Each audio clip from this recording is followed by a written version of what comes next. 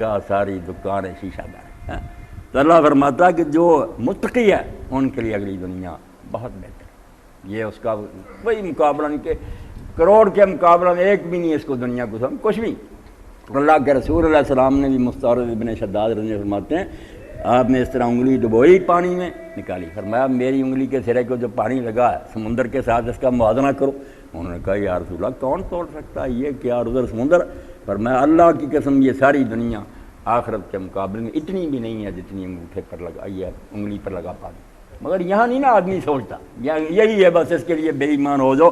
فرمایا تم اس کے لیے دوڑ رہے، یہ ہے کھیل تماشا، ختم ہو جانا ایک دن، یہ بازی ٹوٹ جانی ہے، اور آخرت جو ہے وہ متقین کے لیے بہت بہتر ہے۔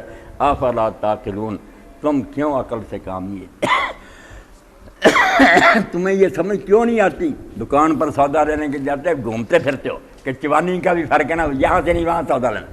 یہ دنیا کے لیے تو تم اتنے عقل مند، عقل معاش ایسی ہے، مگر عقل معاش جو آخرت کی عقل وہ تمہاری ماری گئی۔ خسارے کا سودا کر رہے ہو کہ جو ختم ہو جانے والی ہے اس کو ڈھونڈتے ہو، جو ہمیشہ رہنے والی ہے اس کو نہیں۔ جو بندی علماء میں سے مولانا محمد ادریس کاندھلی جامعہ اشرفی آپ نے سنا ہوگا، نیلا گنبد بہت بڑا مدرسہ، بڑے اچھے عالموں کا۔ تو مولانا ادریس کاندھلی رحمۃ اللہ علیہ مولانا اشرف علی تھانی کے خلیفہ تھے۔ مشکوٰۃ شریف کی شرح انہوں نے لکھی، شام سے چھپی التاریخ الصبی۔ تو اس میں پھر وہ رسول اللہ کی حدیث کی تشریح میں نا کہ دنیا کے بارے میں سوچتے رہو کہ چھوڑ جانا، اور یہ بھی وقت جو اللہ نے نہیں بتایا کہ کب چھوڑ جانا۔ تو اس میں پھر وہ امام زین العابدین جو حضرت امام حسین رضی کے فرزند تھے علی، ان کے اشعار نقل کرتے ہیں کہ کیا اچھی باتیں انہوں نے کہی۔ فیا میرا دنیا ویا سائی اللہ، اے دنیا کو آباد کرنے والے اور ہر وقت اس کے پیچھے بھاگنے والے اور محنت کرنے والے، ویا منم تدور الدوائر، اور اے وہ آدمی جو بے خوف ہے اس سے کہ پتہ نہیں کس وقت گردش روزگار کوئی چکر چل جائے اللہ کی طرف سے اور تیرا سارا کچھ منصوبہ جو تباہ ہو کے رہ جائے، تو اس سے بے فکر خیال ہی نہیں کرتا کہ شاید ایسا کوئی حادثہ ہو جائے۔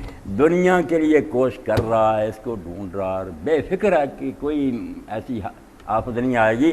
تو فرماتے ہیں تم سی علی خطر و تصبح لاہیا، صبح بھی تیری عیاشی میں گزرتی ہے، شام بھی بے فکری سے گزرتی ہے۔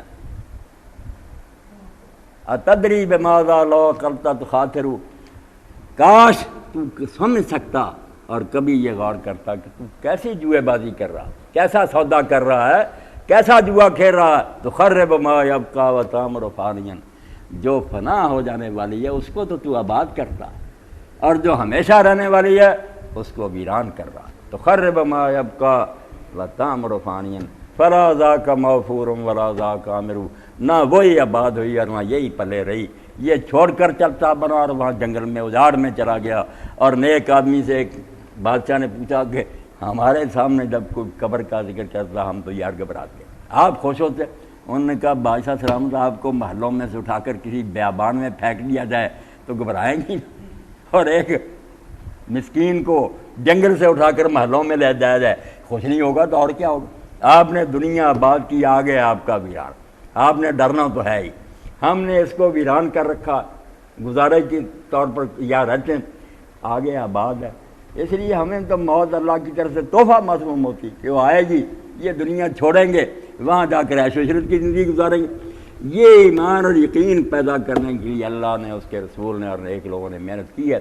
اس کے سوا دین میں کچھ نہیں ہے، یہی گر کی بات ہے، یہ کیمیا ہے، وہ اکسیر ہے کہ اگر تانبے کو لگ گئی سونا ہوگا، اور اگر یہ گم ہو گئی آپ دنیا جہان کی ڈگریاں لے لیں وہ حرام دادا بن جائے گا، کرپٹ نیک نہیں بنے گا۔